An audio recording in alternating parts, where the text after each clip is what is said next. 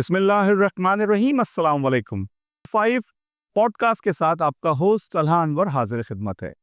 इस पॉडकास्ट के अंदर हमने मदऊ किया है शहर कराची के एक मशहूर नाम, जो कि इस वक्त चेयरमैन है association of builder and developers Pakistan के, और रियल एस्टेट इंडस्ट्री और शहर में मौजूद बिल्डर्स के हवाले से जो मसाइल हैं उन पे सैर हासिल गुफ्तगू करेंगे। तो हम वेलकम करते हैं जनाब मोहम्मद हसन बख्शी साहब। अस्सलाम वालेकुम। वालेकुम अस्सलाम, शुक्रिया आपका। सर, सबसे पहले तो बहुत शुक्रिया आपका हमारी इस न्यूज़ 5 की पॉडकास्ट में तशरीफ़ लाने के लिए, और हम आपको खुशामदीद कहते हैं। शुक्रिया। सर, इस वक्त रियल एस्टेट इंडस्ट्री जिस ज़बू हाली का शिकार है और जिस तेज़ी से रियल एस्टेट का सरमाया मुल्क से बाहर मुंतकिल हो रहा है, क्या ये सूरत हाल तनज़्ज़ुल की तरफ लेके नहीं जा रही इस मुल्क को? बिस्मिल्लाहिर्रहमानिर्रहीम, शुक्रिया आपका। और सबसे पहले मैं आपको मुबारकबाद देना चाहूँगा कि ये पॉडकास्ट सीरीज़ आपने शुरू की और ये इस वक्त की ज़रूरत थी।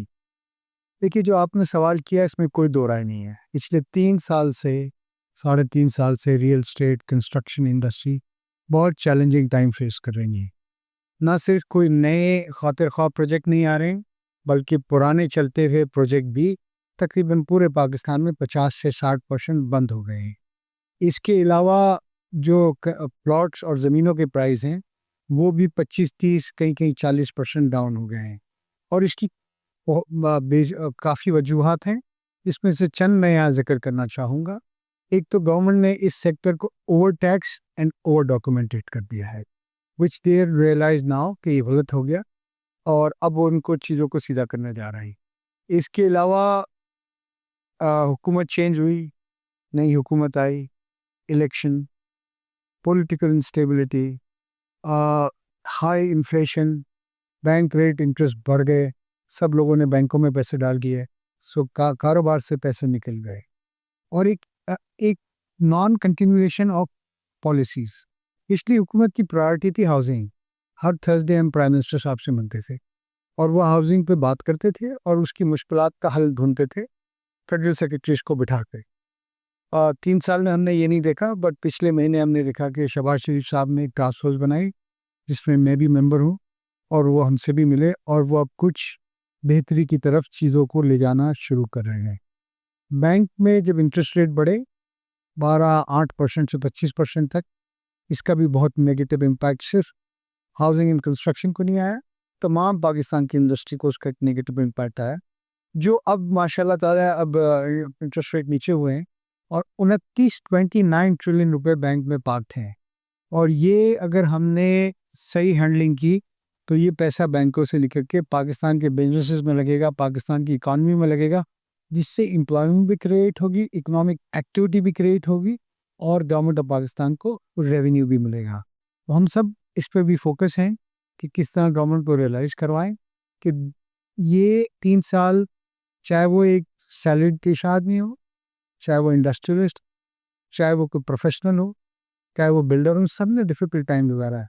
सैलरीड पेशा है, आपको पता है, एनर्जी के बिल्स, घर के बिल्स, फूड इन्फ्लेशन। इंडस्ट्री वालों की भी यही हालत है कि उनके एनर्जी के बिल्स, उनका बैंक इंटरेस्ट। बिल्डर के पास ये हालत है कि कुछ ख़रीदार ही नहीं है।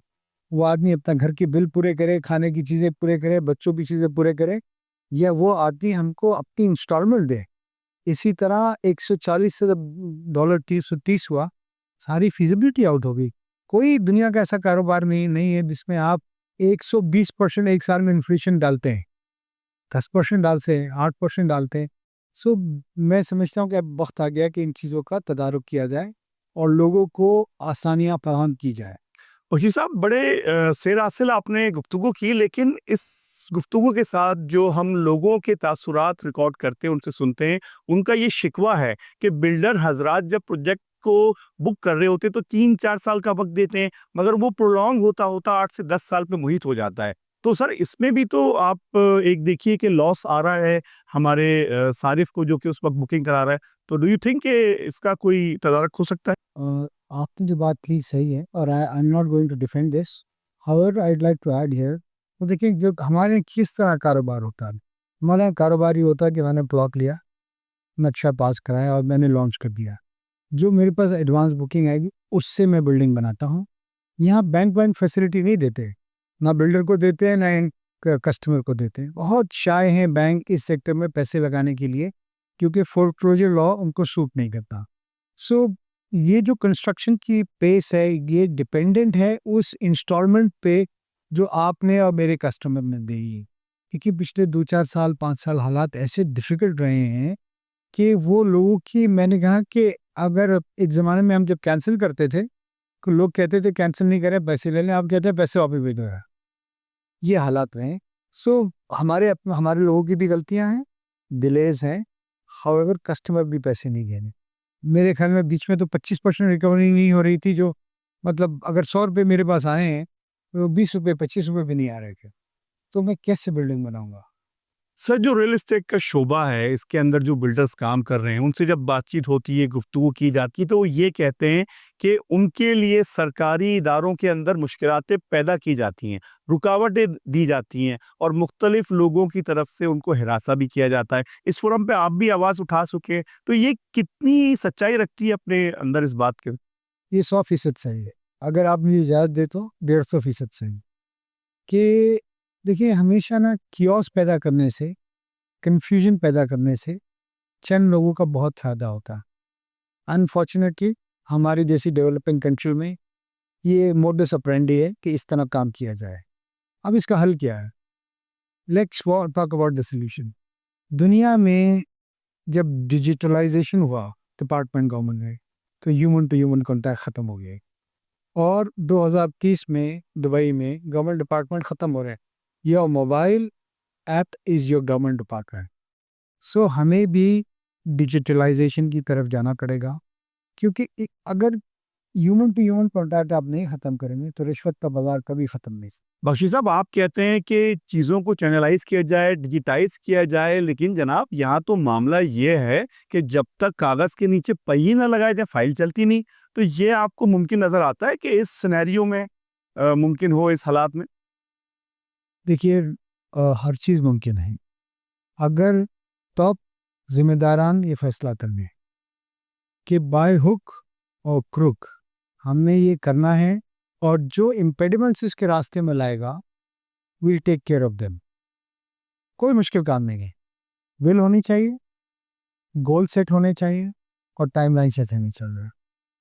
अच्छा बख्शी साहब, आपने एक दफ़ा इंकशाफ किया था कि यहाँ पे बिल्डर 1 अरब का लेट्स सपोज़ प्लॉट लेता है, उस पे कंस्ट्रक्शन शुरू करता है और कुछ अरसे बाद उस पे कब्ज़ा हो जाता है और फिर वो दर-दर मारा-मारा फिरता है।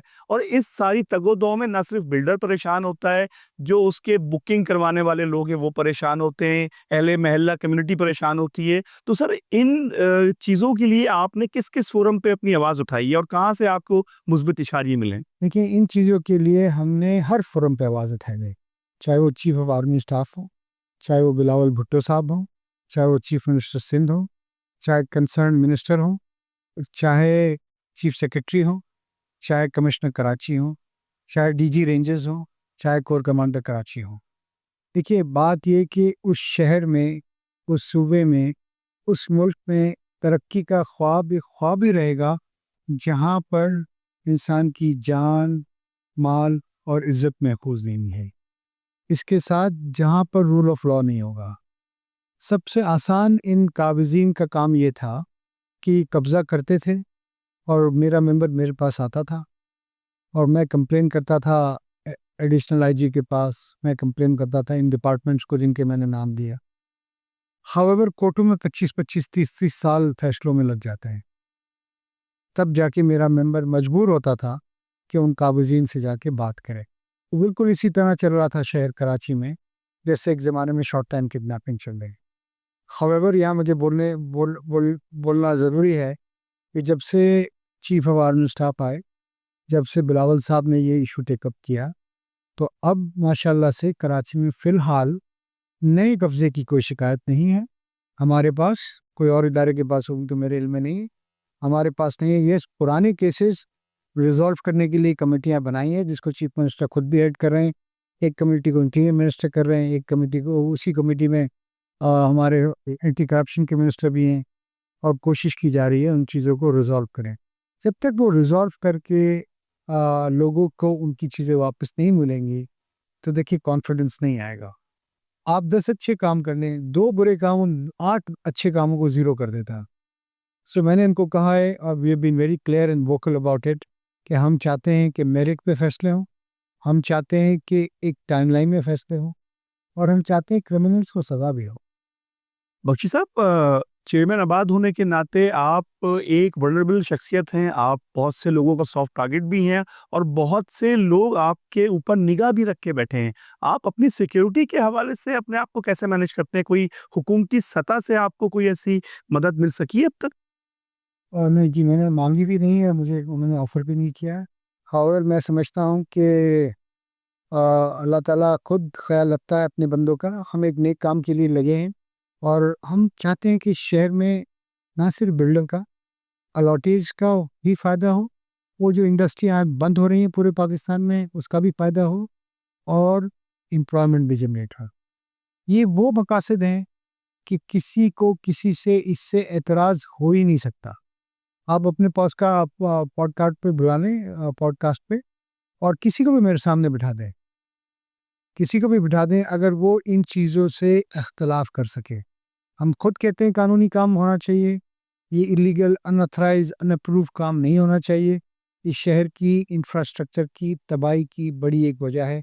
सोसाइटी को क्रिमिनलाइज़ करने में इसका एक बड़ा रोल है। सो इदारे, मेरा काम है ऊँट उठाना। मेरे पास कोई डंडा नहीं है कि मैं बंद कर दूँ, इदारों का काम है। And I am sure this time they are going to take some action. Sir, जितने भी तरक्की याफ्ता ममालिक हैं और जितने भी ममालिक में रियल एस्टेट और बिल्डिंग का मटेरियल का काम होता है, सर वहाँ पे टैक्सेस की सूरत हाल क्या है? जैसे यहाँ पे नॉन फाइलर और फाइलर का एक बड़ा जंगो-जदल चलता है। दुबई की मिसाल हम लेते हैं, वहाँ पे क्या सिचुएशन है? जी, दुनिया में कहीं पर भी फाइलर नॉन फाइलर का झगड़ा नहीं है।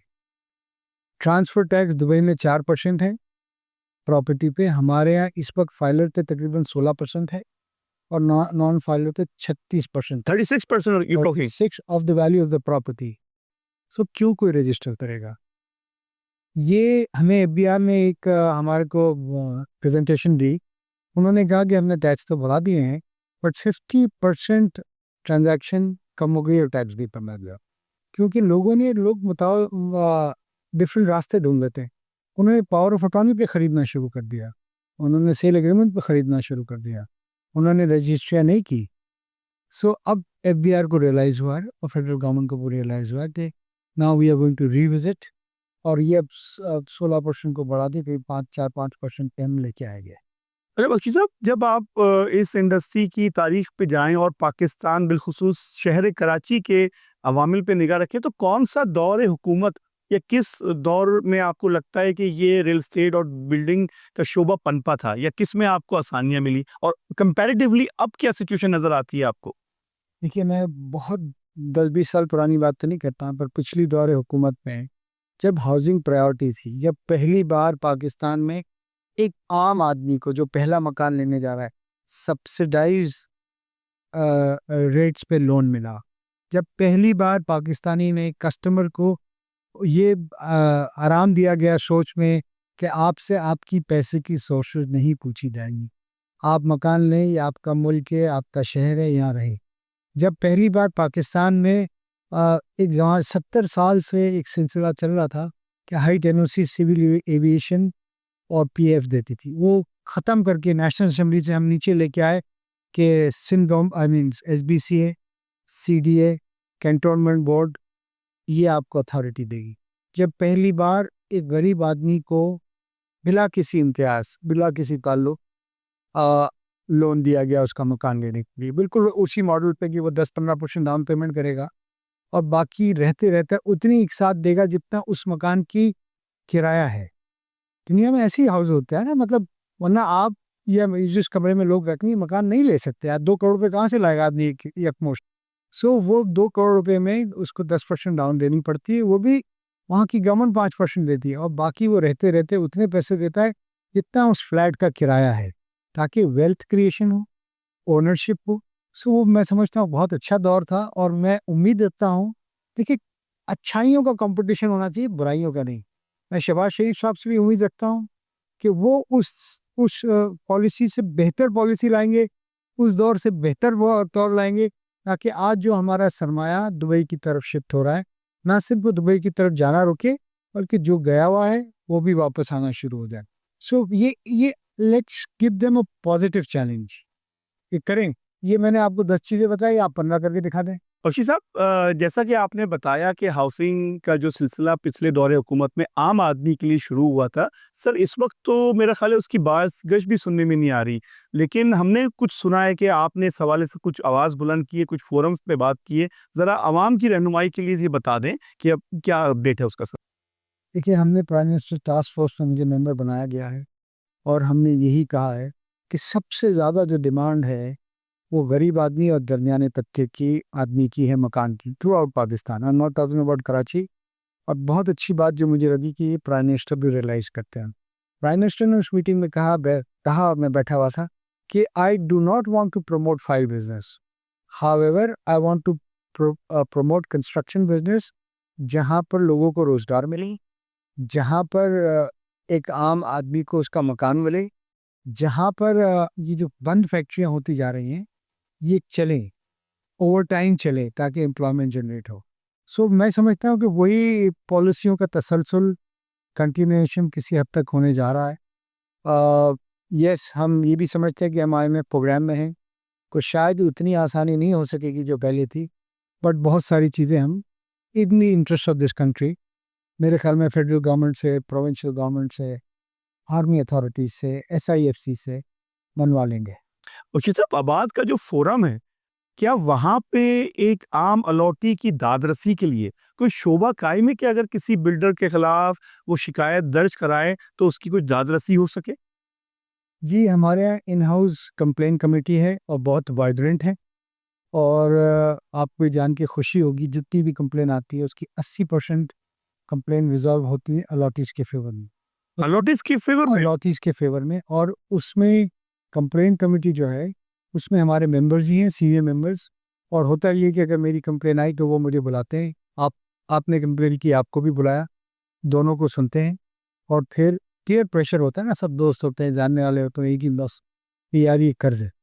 सो बहुत से 80% रिजल्ट है। और ये लास्ट टाइम हमारे पास, इस साल नहीं, इससे पहले वाले जो डीजी नायब आए थे, उन्होंने इसको एडमिट किया था कि हमारी बहुत सारी कंप्लेन आबाद से रिजॉल्व हो जाती है, बट हम उनकी कंप्लेन रिजॉल्व करते हैं जो आबाद के मेंबर्स हैं, यानी उनके खिलाफ कोई कंप्लेन हो। जो हमारी जुरिडिक्शन में ही नहीं है, उसके लिए हम माजरत कर लेते हैं। सर, एमिनिटी स्कीम्स पूरी दुनिया में लॉन्च की जाती हैं और ओपन ग्राउंड दिया जाता है लोगों को अपनी इन्वेस्टमेंट्स लेके आने का मुल्क के अंदर और मुल्क की मईशत को परवान चढ़ाने में। पाकिस्तान में ऐसी स्कीम्स बहुत कम सुनने में आती हैं। तो आपको लगता है कि अगर इस रियल एस्टेट के शोबे को बूम चाहिए तो हमें ऐसी स्कीम्स की मज़ीद ज़रूरत है? देखिए, मैंने इनको कहा कि पाकिस्तान में अगर आपको इंडस्ट्री चलानी है तो अप टू 50 मिलियन, 5 करोड़ का जो पहला मकान लेकर है, उसको आप वेल्थ रिकन्सिलिएशन से एग्जेम्पशन दें या उसकी सोर्सेज नहीं कीजिए। क्यों? क्योंकि लोग क्या करते हैं, कोई भाई से उधार ले लिया, कोई वालिद का थोड़ा सा हिस्सा आया उसमें से लिया, कुछ जेवर बेच दिया, कुछ सेविंग होती है उससे ले लेते हैं। हाउएवर अगर आप ये नहीं कर सकते तो फिर एक काम कर रहे हैं, ऐसे दुनिया में होता है कि आप उसको मकान लेने के 5% डाउन पेमेंट ले लें, 95% की सब्सिडाइज फाइनेंसिंग करवा दें उसको, उसी रेट पे जितना उस फ्लैट का किराया है। We don't want any favours, we don't accept any charities from the government. आप एक आम पाकिस्तानी को जिंदा रहने का मौका दें, एक आम पाकिस्तानी को उसका घर लेने का मौका दें, क्योंकि ये कॉन्स्टिट्यूशनल फंडामेंटल राइट है, guaranteed bye constitution of Pakistan. कोई भी हुकूमत, पिछली भी हुकूमत हो या ये भी हो, किसी ने कोई फेवर नहीं करना है, एक आम आदमी को उसका राइट देना है। या आप थोड़े से टैक्स के कवानीन में आसानी कर दें, नहीं कर सकते। अब आपका अगर फर्ज करें आप एक 2 करोड़ का फ्लैट लेते हैं और आपको 10 लाख रुपए देना है और बाकी उस फ्लैट का किराया 35,000, 40,000, आप रहते रहते 40,000 रुपये दे सकते हैं। हर दुनिया में इसी तरह एक आम आदमी एक अच्छी लाइफस्टाइल गुजारता है।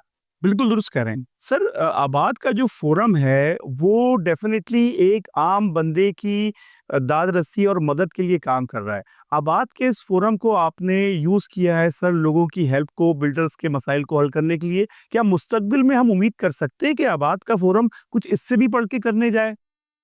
बहुत बड़े 2 काम करने जा रहे हैं हम। एक आपको शेयर कर देता हूँ। कराची में ओल्ड एरिया में जाइए, 50-60 साल पुरानी, 70 साल पुरानी बिल्डिंग है, प्री पार्टीशन बिल्डिंग है। किसी की छत गिर रही है, किसी की स्टेयर्स गिर रही हैं, लोग मजबूर हैं वहाँ रहने, क्योंकि मालकान है नहीं, मालकान ट्रेसेबल नहीं है। ये हिंदू थे, वो शिफ्ट हो गए इंडिया। ये प्री पार्टीशन डे की इमारत है, और आज भी जो इमारत बन रही हैं ये 50 60 70 साल बाद, 80 साल बाद शायद वैसी हो जाएंगी। सो हम लॉ बना रहे हैं तमाम स्टेक होल्डर्स को बुला के, जिसमें हम रीजनरेशन करेंगे इन डेंजरस बिल्डिंग। जो लोग वहाँ रहते हैं उनको उतनी जगह फ्री में बना के देंगे, ब्रांड न्यू। उनको 2 साल का किराया भी देंगे, उनको अलॉटमेंट देंगे, अगर वो चाहें अपनी वो अलॉटमेंट बेच के निकल सकते हैं, और उनको फ्री बना के देंगे, एक्स्ट्रा एरिया बिल्डर बना के अपना इन्वेस्टमेंट और नफ़ा का रिकवर करेगा। और ये वो मिसाल हम कायम करेंगे जिससे आप ये देखिए बहुत सी ज़िंदगियाँ तब्दील होंगी। इसी तरह हम कच्ची आबादी की रीजनरेशन पर भी जा रहे हैं, जिस तरह बॉम्बे में हुआ, जिस तरह सिलोन में हुआ, जिस तरह और डेवलपिंग कंट्रीज में हुआ। उसके लिए इंशाल्लाह ताला 15 दिन में, महीने में, 2 महीने में आबाद member is going to sign a project to KMC, जहाँ पर हम कच्ची आबादी को रीजनरेट करेंगे। सर ये तो आप बड़ी अच्छी सोच रखते हैं। सर एक हमारे यहाँ कुछ अरसे पहले नस्ला टावर का मामला बड़ा खबरों की ज़ीनत बना था, और मेरा ख़्याल है उसके मुतासरीन के हवाले से बड़े प्रोटेस्ट भी हुए। सर उसकी कुछ अपडेट हमें फ़राहम करें।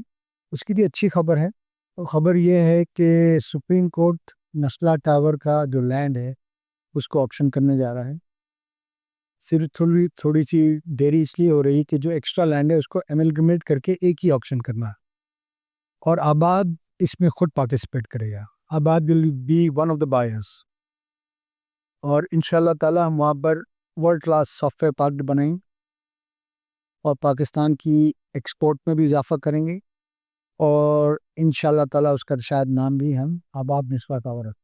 That's wonderful. सर एक कारोबारी शख्स या एक बिल्डर या एक रियल एस्टेट में काम करने वाला शख्स जब कारोबार करता है, तो वो ये सोच के निकलता है कि वो माशी सरगर्मी का हिस्सा भी बनेगा, मुल्क के लिए भी कुछ बेहतर करेगा। सर कोई 3 ऐसी बातें बताएं जो कि इस वक्त एक नए काम करने वाले, इस शोबे में आने वाले, तामीरात के शोबे आने वाले के लिए ज़रूरी है कि वो जहन में रख के कदम रखे इस शोबे के अंदर। देखिए, मेरे हिसाब से अगर आप उनसे सच पूछें तो इस वक्त नए लोग नहीं आ रहे। ये पुराने लोग हैं ना, वो भी आहिस्ते आहिस्ते निकलते जा रहे हैं, क्योंकि मुश्किलात इतनी हैं, चाहे वो अप्रूवल के हालात हों, चाहे ऑन ग्राउंड काम करने के हालात हों, चाहे वो इलीगल अनऑथराइज अनअप्रूव बिल्डिंगों से कंपटीशन है। मे बी लीगल बिल्डिंग में मैं फ्लैट बेचता हूँ फॉर इंस्टेंस 3 करोड़ रुपए का, वहीं सामने अक्रॉस द रोड कच्ची आबादी में बन रहा होता है 75 लाख रुपए का। सो मेरे पास कस्टमर नहीं आता है, कस्टमर उसके पास जाता है क्योंकि उसका बजट लिमिटेड है। सो इस ट्रेड में अनफॉर्चुनेटली रिक्वायरमेंट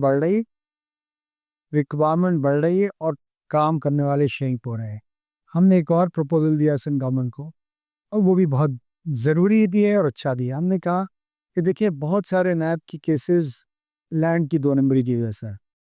सो आज लाइन ड्रॉ करें, कट ऑफ करें, और ज़मीन का ऑक्शन करें, बोर्ड ऑफ रेवेन्यू।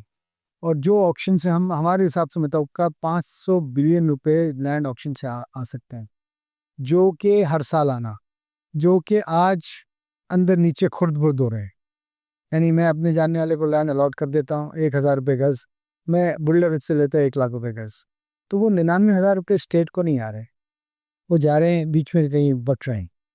सो अगर आपके पास वो पैसे आएंगे, आप उससे हेल्थ कार्ड डेवलप करें, इंफ्रास्ट्रक्चर डेवलप करें, सिंध में स्कूलिंग के इश्यूज को रिजॉल्व करें, सिंध के जो कर्जे हैं उसको वापस करें, सिंध में बुलेट ट्रेन चलाएं, मतलब ये सब करें। इसके लिए सिर्फ इंश्योर करें कि लैंड ऑप्शन हो। सर ये बताइए कि जब आपने इस शोबे के अंदर कदम रखा, तो आपकी तालीमी काबिलियत और आपके प्रोफेशनल एक्सपीरियंस में कोई मुताबिकत थी? यानी कि कोई रेलेवेंस थी इस शोबे में कदम रखते वक़्त?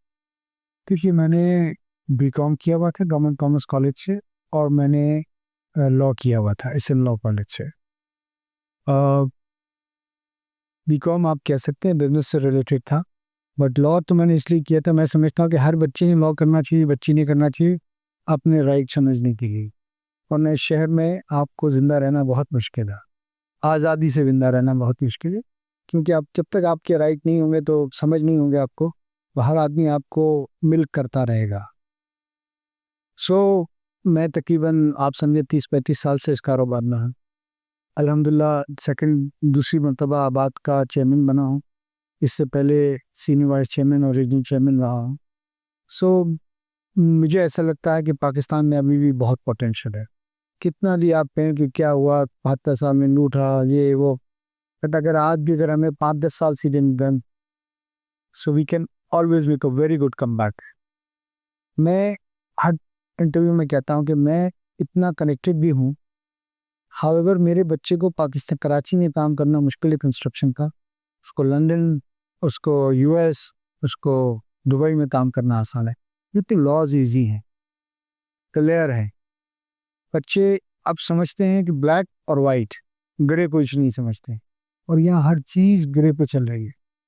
सर बहुत तजुर्बे के साथ आप इस शोबे के अंदर काम कर रहे हैं, और जो नए आने वाले हैं सर इस शोबे के अंदर, वो आपको कितने पुरज़म नज़र आते हैं? क्या उनके अंदर वो पोटेंशियल और वो अज़म नज़र आता है कि वो इस शोबे को कुछ रिवाइव कर सकें, कुछ नया, कुछ अछूता कर सकें? देखिए, नए लड़कों में पोटेंशियल तो बहुत है, पढ़े लिखे भी हैं, समझदार भी हैं। हाउएवर हमें कुछ मुश्किल फैसले एज एन आबाद भी लेने पड़ेंगे, ये मैं हमेशा कहता हूँ। और हमें वो तमाम चीज़ें जो हमें पता है इसमें गलत हो रही हैं, उसको कब करना पड़ेगा। उन लोगों को अपनी सकों से निकालना पड़ेगा, या उनको वार्न करना पड़ेगा, either you change yourself or you are out of us. So ये बड़े फैसले मैं समझता हूँ अब वक्त आ गया है, आबाद को करने पड़ेंगे। एंड मुझे ऐसा लगता है कि दिस टीम ऑफ आबाद इज फोकस्ड ऑन इट। यानी कि आपकी इस बात से हम ये समझें कि आप कोई ऐसा प्लेटफॉर्म या कोई ऐसा फोरम तश्कील देने की जानिब गामज़न है जो कि नौजवानों और बिलखुसूस यूथ को एम्पावर, एनर्जाइज करेगा? ये मैं ये कह रहा हूँ कि हम बिज़नेस को इतना साफ कर दें कि हर आदमी ये बिज़नेस कर सके। अभी देखिए, इस वक्त वही बिज़नेस करता है कि जिसके पास या तो बहुत पैसा हो, या बहुत कनेक्शन हो, या कोई ज़मीन है। सो दे आर नो, नए लोग, आम आदमी नहीं आ पा रहा है। यानी कि आपके बकौल इस शोबे में आने के लिए आपको बैक होनी चाहिए, या तो सियासी पुष्पनाई हो, या आपके फाइनेंसेस बड़े मजबूत हो, या आप कनेक्टेड हो लोगों से। तो सर ऐसा सिर्फ पाकिस्तान में क्यों? एक शोबा जिसमें अगर कोई शख्स तालीम हासिल करके आना चाह रहा है तो उसके लिए इतनी मुश्किलात क्यों सर? क्या वजह? मैंने आपको कहा ना, कुछ चंद लोगों के वेस्टेड इंटरेस्ट, और वो तभी पनपते हैं जब कन्फ्यूजन और कियास होता है। जब चीज़ें क्लियर होंगी तो वो नहीं होगा। फिर कंपटीशन होगा प्राइस पे, फिर कंपटीशन होगा क्वालिटी पे, फिर कंपटीशन होगा डिलीवरी पे। सर पाकिस्तान की जो जमहूरी जमातें, जो सियासी जमहूरी जमातें मुल्क में काम कर रही हैं, और वो डेफिनेटली हमेशा अपने हर एजेंडे, अपने हर मंशूर में इस बात को मुकद्दम रखती हैं कि हम मुल्क में तरक्की लाएंगे, तामीराती शोबे में बेहतरी लाएंगे, तो ये नारे आपको किस सियासी जमात के सच्चे मालूम होते हैं? देखिए, मैं ये समझता हूँ कि हर पॉलिटिकल पार्टी के मैनिफेस्टो में ये है। वो समझते हैं कि आज कराची, मैं कराची की इसकी मिसाल दे रहा हूँ, 52% of Karachi is living in कच्ची आबादी इस्लाम, विच इज़ वेरी डेंजरस। हर पार्टी के मंशूर में है, बट प्रायोरिटी किसकी है? और हुकूमत ने, देखें इस वक्त तो पिछले 10 साल से आप समझे PMLN नवाज थी, फिर PTI आई, और आज फिर PMLN है। सो मैंने देखा शायद इमरान खान साहब की तवज्जो इस तरफ ज़्यादा थी, बट अब मैं रियलाइज़ करता हूँ कि अब फोकस मुझे थोड़ा सा शहबाज शरीफ साहब का भी चेंज होता हुआ नज़र आ रहा है। अब वो समझ गए हैं कि अगर ये देखें, आज बहुत सारी स्टील की इंडस्ट्रीज बैंक्रप्सी पे जा रही हैं। कंस्ट्रक्शन से मुतालिक जो 74 इंडस्ट्री है ना, वो 30 से 40%, 50% प्रोडक्शन पे है। अगर वो 80% प्रोडक्शन पे आ जाए तो एम्प्लॉयमेंट कितनी बढ़ेगी? ये जो एनर्जी का क्राइसिस है कि कोई ख़रीदार नहीं है, ये एनर्जी आपकी यूज़ होगी। ये जो टैक्सेस का क्राइसिस है, 1.5 से 2 ट्रिलियन आपको सिर्फ इसी सेक्टर से टैक्स मिलेगा। ये 25, 20, 25, 30 लाख एडिशनल लोगों को आप नौकरी लगा देंगे, और आपको कुछ भी नहीं करना है। पॉलिसी देनी है, खरीदार पाकिस्तानी है, बनाने वाला पाकिस्तानी है, ज़मीन पाकिस्तानी है, मजदूर, मिस्त्री, कारपेंटर पाकिस्तानी है, और सबसे बड़ी बात है एक्सपैट्रिएट पाकिस्तानी जो पैसे भेजता है ना, उसका 50% से ज़्यादा, ये मेरी रिपोर्ट नहीं, स्टेट बैंक की रिपोर्ट है, वो रियल एस्टेट, कंस्ट्रक्शन और हाउसिंग में लगता है। तो क्यों गवर्नमेंट ये लो हैंगिंग फ्रूट को ले नहीं, चाहे वो फेडरल गवर्नमेंट हो चाहे वो प्रोविंशियल गवर्नमेंट हो। मेरे ख्याल में वक्त आ गया है, और आप जैसे मीडिया चैनल्स की मदद से we have been also able to deliver this message to the decision makers कि अगर आप नहीं सीधा करेंगे तो इलीगैलिटी बढ़ेगी, और उसके नतीजे आपके सबके सामने हैं।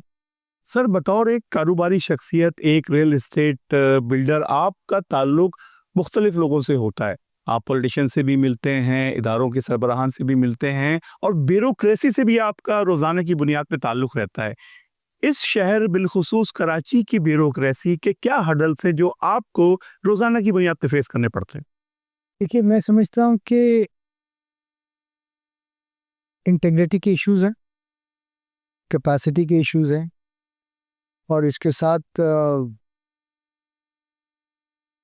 शायद अनफॉर्चुनेटली शहर में इम्पोर्टेंट पोस्टिंग प्रमोशंस की एक कॉस्ट है जो कि ब्यूरोक्रेसी को बेयर करनी पड़ती है। फिर वो जब वो कॉस्ट पे करके आते हैं तो फिर वो परफॉर्म लोगों के इंटरेस्ट में नहीं करते, फिर उनकी परफॉर्मेंस उनके इंटरेस्ट में होती है, क्योंकि they need to recover what they have already invested. Sir, ultimately suffer तो एक आम शख्स ही कर रहा होता है ना, कि जिसने अपना सरमाया, अपने बच्चों का तमाम तर पैसा इस बुनियाद पे जमा किया होता है कि वो आगे जाके मेरा सहारा बनेगा। लेकिन जब आप देखते हैं कि उसके हाथ कुछ नहीं आता, तो सिवाय मायूसी के कुछ नज़र नहीं आता सर। वैसे मैं आपको बताऊं, मैं आपको आज एक बात कहूं, शायद आप नेक्स्ट टाइम, सफ़र पाकिस्तान कर रहा है, आम आदमी नहीं कर रहा है। देखिए, कराची वो शहर है जो टैक्स कंप्लाइंट है, वो डर के भी टैक्स देता है। कराची चलेगा तो पूरा पाकिस्तान चलेगा, उसमें कोई दो राय नहीं है। सो अगर कराची को आप नहीं चलने देंगे इकोनॉमिकली, तो पूरा पाकिस्तान का पहिया उस तरीके से नहीं चलेगा जिस तरीके से चलना चाहिए, और उसका पूरा फायदा पूरे पाकिस्तान को होता है। This is not limited to Karachi, try to understand, everyone makes money. Sir, एक टाइम वो भी था कि इस शहर में 3-3 दिन की हड़तालें हुआ करती थी, पोर्ट तक बंद हुआ करता था। आज वो हड़तालें नहीं है। आज अमन-ओ-अमान की सूरत हाल बकौल शख्स से बहुत बेहतर है। फिर भी हम इस बात को लेके बैठे हैं कि कारोबार नहीं है, तरक्की नहीं है, इन्वेस्टमेंट्स नहीं है। तो सर, फिर कमी कहाँ पे है? देखिए, एक वक्त ऐसा था, हालात लॉ एंड ऑर्डर के बहुत बेहतर हैं, और इसका सेहरा मेरे ख्याल में हमारी अफवाज पाकिस्तान और उनके इदारों को जाता है, जिन्होंने ये मुश्किल फैसले किए, और आज बेहतरी की तरफ चीज़ें हैं। हाउएवर, देखिए, कैपिटल इन्वेस्टमेंट करने के लिए, कैपिटल इन्वेस्टमेंट आप समझिए, किसी ने 100 करोड़ रुपए लगाने हैं, किसी ने 500 करोड़ रुपए लगाने हैं, किसी ने इंडस्ट्री लगानी, उसका पे बैक पीरियड 10 साल है, उसका पे बैक पीरियड 5 साल है, उसका 15 साल पे बैक पीरियड है। देखिए, स्टॉक पे पैसे लगाए, सुबह लगाए, शाम में निकाल दिए, डॉलर में यही है, गोल्ड में यही है, पर जो इन्वेस्टमेंट है इंडस्ट्री में या कंस्ट्रक्शन में, इसको long term. So you need have to have consistent policies, stable economic policies, and political हालात बेहतर होने चाहिए। आपस में हम पॉलिटिक्स करते रहें, कोई किसको क्या बोले, we don't care, but however हमने इकोनॉमिक एजेंडा सबने मिलकर बनाना चाहिए कि यार आज इनकी गवर्नमेंट है, कल किसी और की आएगी, परसों किसी और की आएगी। पॉलिटिकल एजेंडा यही होगा। मैंने जो प्राइम मिनिस्टर को टास्क फोर्स को भेजा है, मैंने कहा कि nobody is going to make investment. आप consistent policy secure through legislation वो करें। एक इलेक्ट्रिकल व्हीकल प्लांट लगता है 75 से 100 मिलियन डॉलर का, ठीक, उसकी वो 20 साल की पॉलिसी है, टैक्सेशन की भी और डिलीशन की। मेरा मेंबर का एक 50 मंजिल का प्रोजेक्ट 75 से 100 मिलियन डॉलर का, पूरे पाकिस्तान का एक शहर कराची का एक डिस्ट्रिक्ट साउथ, 50 प्रोजेक्ट तैयार खड़े हैं, मतलब लॉन्च होने के लिए। 5 बिलियन डॉलर का बिजनेस है। क्यों कोई इन्वेस्टिंग कर रहा? नक्शे भी पास हैं, फ्रॉड भी हैं, क्योंकि डर रहे हैं लोग कि पॉलिसीज़ की कंसिस्टेंसी रहेगी या नहीं रहेगी। ये 2 साल में जो फेडरल गवर्नमेंट ने और एफबीआर ने हमारे साथ किया है, सो देखिए ना, कौन फिर इन्वेस्टमेंट करेगा? 1.5 घंटे दूर दुबई की पॉलिसी ले लें। You have to be regionally competitive. Sir, Pakistan के अंदर फॉरेन इन्वेस्टमेंट्स और सरमायाकार दिलचस्पी कि पहले ये पूछना चाहेंगे कि इस मुल्क में हमें कितनी सस्टेनेबिलिटी नज़र आती है, यहाँ की इकोनॉमिक पॉलिसीज़ में कितनी पायदारी है, जो कि बात आपने की। मगर सर, डू यू थिंक कि अगर हम सिर्फ इसी बात को लेके बैठे रहे कि जब तक हम हालात बेहतर नहीं करेंगे तो सर काम कैसे चलेगा? मुल्क का तो काम दरअसल मईशत पे ही और पैसे पे ही चल रहा है ना सर, तो हमें तो कदम उठाना पड़ेगा, किसी ना किसी ने तो इनिशिएटिव लेना पड़ेगा सर। देखिए, बात ये है कि मैंने ये कहा कंसिस्टेंट पॉलिसीज थ्रू लेजिस्लेशन। हम ये नहीं कह रहे कि इसको आप पेरिस बना दें ना, इसको आप दुबई बना दें। हम कह रहे हैं पॉलिसीज की तो गारंटी देते हैं। आज में अब मेरे मेंबर से हम 500 करोड़ रुपए लगवा दें या 50 बिलियन रुपए लगा दें और कल पॉलिसी चेंज कर दें। कहाँ खड़ा है कोई? जब कोई डिफॉल्ट होता है, जब कोई परेशानी में आता है, कि गवर्नमेंट नजर आती है आपको? कोई भी गवर्नमेंट हो। यानी कि आप कहना चाह रहे हैं कि अपनी जंग आप खुद लड़ते हैं। जी, हमारे साथ कोई इदारा नहीं खड़ा। इदारा तो अमूमन हमें सिर्फ नोचने के लिए होता है। बट मैं ये कह रहा हूँ consistent policy backed by legislation, whether provincial और फेडरल। सर, आपका जो पोर्टफोलियो है ये ना सिर्फ हुकूमत सिंध बल्कि वफाकी हुकूमत के मुख्तलिफ फोरम्स पे आप नुमाइंदगी कर रहे हैं, तो सर आप पे तो एक ट्रस्ट पुट कर रखा है और आप ये शिकवा करते नजर आते हैं कि हमें कोई पूछता नहीं है जब हम मुश्किल में आते हैं। ये तो सर दोहरी मैं समझता हूँ बात है। मैंने आपको ये नहीं कहा कि मैंने ये कहा कि पाकिस्तान में जब कोई कारोबार मुश्किल में आता है तो गवर्नमेंट आपको कहीं नजर आती है? आप बता दें। आज कंस्ट्रक्शन से रिलेटेड स्टील सेक्टर बहुत मुश्किल में है। किसी का 36 बिलियन कर्जा है, किसी का 26 बिलियन कर्जा है, माल नहीं दिख रहा है। ये क्या गवर्नमेंट इंटरवीन कर रही है कि यार ठीक है, हम आपके लिए कुछ एनर्जी कॉस्ट कम कर देते हैं? सब्सिडी किसी तरह की नहीं दी गई। नहीं, सब्सिडी किसी तरह की नहीं दी गई। हम ये कह रहे हैं कि ये सिर्फ हमारे सब तक तो लेनी, लेकिन जो भी इस मुल्क पर सरमाया लगा रहा है, आप क्यों IPTs को पॉलिसी देते हैं? आप क्यों इलेक्ट्रिकल व्हीकल को पॉलिसी देते हैं? आप क्यों जो बाहर से 10, 20, 25 मिलियन डॉलर भी आता है उसके लिए पॉलिसी देते हैं? अरे अपने मुल्क के घर के लोगों को आप पॉलिसी दें, ये आपको उनसे बेहतर काम करके देंगे, उनसे बेहतर इन्वेस्टमेंट करेंगे और हमें देखा देखी बाहर से लोग आएंगे।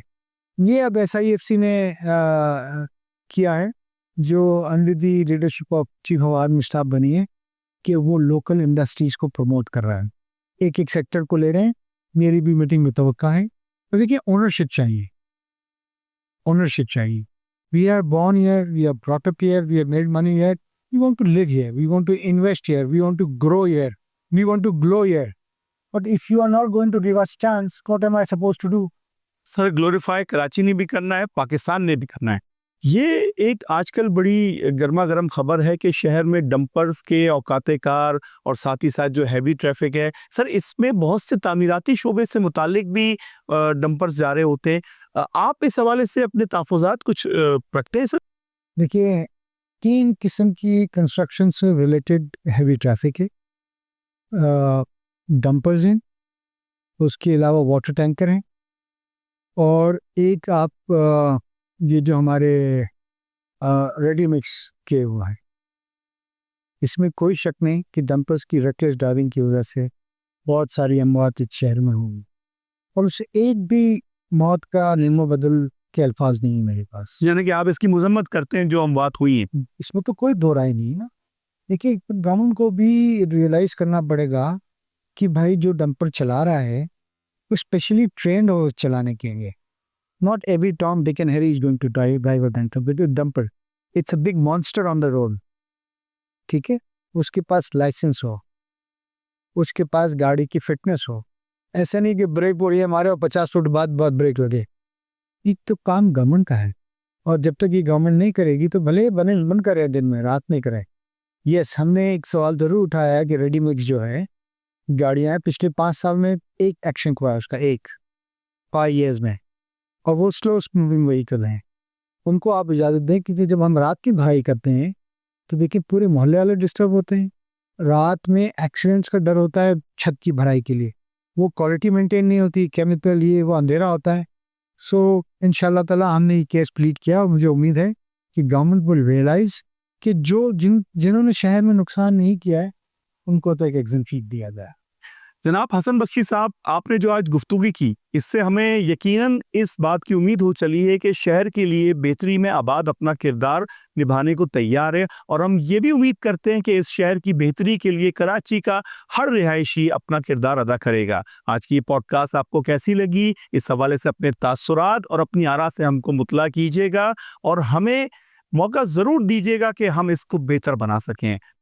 अपने इस मेज़बान तलानवर को पॉडकास्ट @5 न्यूज़ से इजाज़त दीजिए। अपना बहुत ख्याल रखिए। अल्लाह हाफ़िज़।